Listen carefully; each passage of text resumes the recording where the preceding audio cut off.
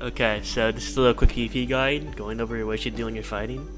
So I guys should know there's no parrying in this game, right? You just wanna learn you just gotta perfect block attacks.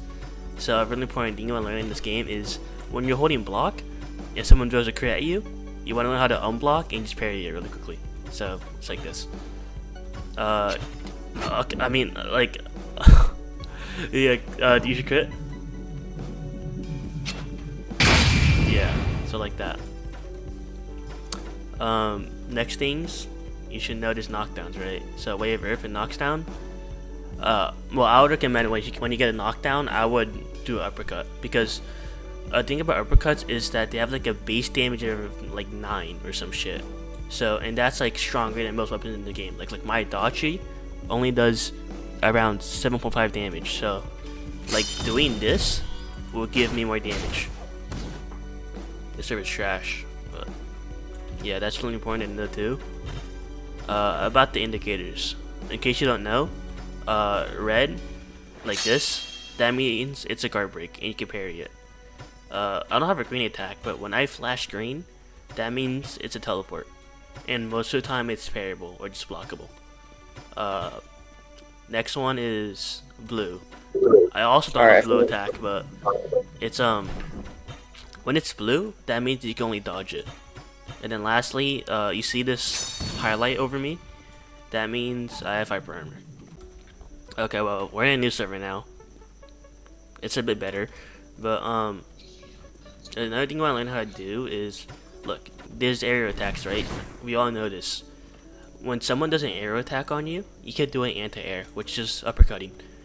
Because when you uppercut someone who's doing an aerial attack, you'll get iframes. So, Nez, do an aerial attack. So I got iframes there, so I was able to hit him for free, and get a combo off that. Okay, that's it for the base combat, and then the next two things you really need to know for spells. It's really just from practice and experience by knowing what the cast range are for spells, and if you didn't know, base mages only have like 3 to 4 combat spell slots, and the spells I would use, this is my opinion by the way, it would be Chill, Dragon Fist, and Monopool. Because Chill, it's a ragdoll that stuns for like it's like a 2-second ragdoll. So if you're fast enough, you can get an uppercut off it. It's probably not 2 seconds, but you get what I mean. Dragon Fist, it's a really fast spell that applies Black Flames, and sometimes you can combo start off it, so I think it's really good. Monopool, it's just to engage or just cash runners, so it's pretty obvious why it's good. And then obviously you need Radiance. Radiance is free heals like every 20 seconds, one of the best spells in the game. And then lastly, making your build. So as you guys should know, you have 3 relic slots with 4 stars. There is a way to get a 5th star, and it's through a demon heart, which is a rare relic. But the downside for having a demon heart, you get a random debuff. For example, one of them is on death, you lose a random relic you have equipped, and another debuff is you just regen slower. Stuff like that basically. So yeah, to build your relics right, you want to look at your class and what ancient you want to run. So let's say I want to run a Scorching build.